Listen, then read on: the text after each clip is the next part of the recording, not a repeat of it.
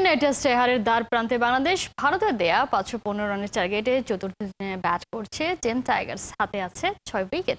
যদিও তৃতীয় দিনের রান তাড়া করতে নেমে শুরুটা ভালো করেনি বাংলাদেশ। জাকির সাদমান ওপেনিং জুটি থেকে আসে 62 রান, কিন্তু 17তম ওভারে ভারতকে ব্রেক থ্রু এনে দেন বুমরা। 33 রানে ফেরান জাকিরকে। ব্যক্তিগত 35 রানে আউট হন আরেক ওপেনার সাদমান ইসলাম। ওয়ান ডাউনে নামা মমিনুলও প্রতিরোধ করতে ব্যর্থ হন। অশ্বিনের বলে বোল্ড হন 13 রানে। তবে ওয়ান ডাউনে নামা শান্ত ঠিকই 50 তুলে নিয়েছেন। এর আগে দ্বিতীয় ইনিংসে ঋষভ পান্থ আর শুভমান গিলের জোড়া সেঞ্চুরিতে 4 উইকেটে 287 রানে দ্বিতীয় ইনিংস ডিক্লেয়ার করে টিম ইন্ডিয়া।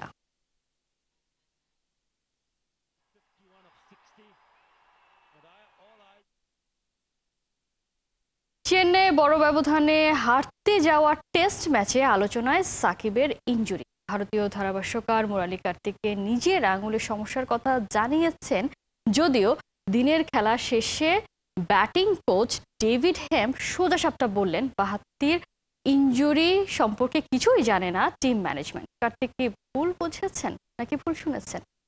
বিস্তারিত জানুন রিপোর্টে।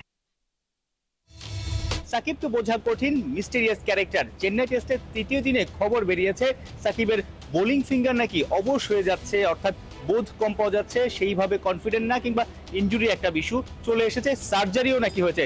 দিনের খেলার শুরুতেই নাকি মুরালী কার্তিক, যে কমেন্টেটর, ভারতীয় সাবেক স্পিনার, তার সঙ্গে সাকিবের নাকি কথা হয়েছে এবং সাকিব নাকি এই তথ্যগুলো মুরালী কার্তিককে দিয়েছে। তবে কি সাকিব ইনজুরি নিয়েই টেস্ট খেলছে, অথবা এই টেস্ট চলাকালীন ইনজুরিতে পড়েছে, নাকি ইনজুরি লুকিয়েই খেলছে?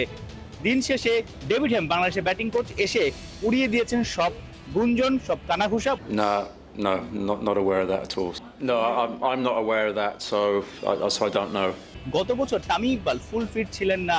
ওয়ানডে বিশ্বকাপে দলে তার থাকা না থাকা ইস্যুতে অনেক আলোচনা হয়েছে। সে সময় ক্যাপ্টেন সাকিব আল হাসান তখন একটা ইন্টারভিউতে বলেছিলেন, কোন ক্রিকেটার ফুল ফিট না হওয়ার পরও দলে যদি খেলতে চান, দেশকে প্রতিনিধিত্ব করতে চান, তাহলে দেশের সাথে কিংবা দলের সাথে প্রতারণা করার মতো। এখন প্রশ্ন উঠেছে, সাকিব আল হাসান কি ইনজুরি লুকিয়ে কিংবা ইনজুরি নিয়েই ভারতের বিপক্ষে টেস্ট খেলছেন? মাঠে 22 গজে সাকিব কিন্তু নিজেকে প্রমাণও করতে পারছেন না। ব্যাটিংটা আগের মতো আহামরি হচ্ছে না। এই টেস্টের প্রথম ইনিংসে 32 রান করেছেন, কিন্তু যেভাবে রিভার্স সুইপ করে দায়িত্বজ্ঞানহীন শট খেলে আউট হয়েছেন, সেটাও আসলে প্রশ্নবিদ্ধ। আবার তার মূল স্ট্রেংথ এখন বোলিং। এই টেস্টের 2 ইনিংসে কিন্তু আমরা দেখিনি লম্বা সময় তাকে বল করতে, ক্যাচ মিসও করেছেন। অর্থাৎ পুরো দলের জন্য 3 ডিপার্টমেন্টে যেভাবে নিংড়ে দিতেন, সেই 3 ডিপার্টমেন্টে এখন সাকিব বড্ড নড়বড়ে, এবং একাদশে তার থাকা না থাকা নিয়েও প্রশ্ন উঠেছে। সমালোচনা হচ্ছে ব্যাটারদের দায়িত্ব জ্ঞানের শট দেখে। 2 ওপেনার সাদমান এবং জাকির দুজনেই 30-এর ঘরে, অর্থাৎ সেট হয়ে তারপর উইকেট বিলিয়ে দিয়েছেন।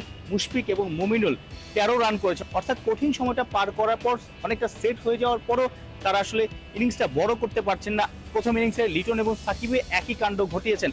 ডেভিড হেম, ব্যাটিং কোচ, তার কাছে কি কোনো সমাধান আছে? যখন কোনো ব্যাটার 30-40 বল খেলে ফেলে, তখন কিন্তু সে সেট হয়ে যায়। 30-40 রান হয়ে যাওয়ার পর তার কাছ থেকে সবাই বড় স্কোর আশা করে, কিন্তু এই জায়গাটাই আমাদের ব্যাটাররা ফেল করছে। অবশ্যই আমি এই ইস্যুতে ব্যাটারদের সঙ্গে কথা বলছি। পরিশ্রম করে কঠিন সময় পার করে উইকেট বিলিয়ে আসাটা দলকে পিছিয়ে দিচ্ছে।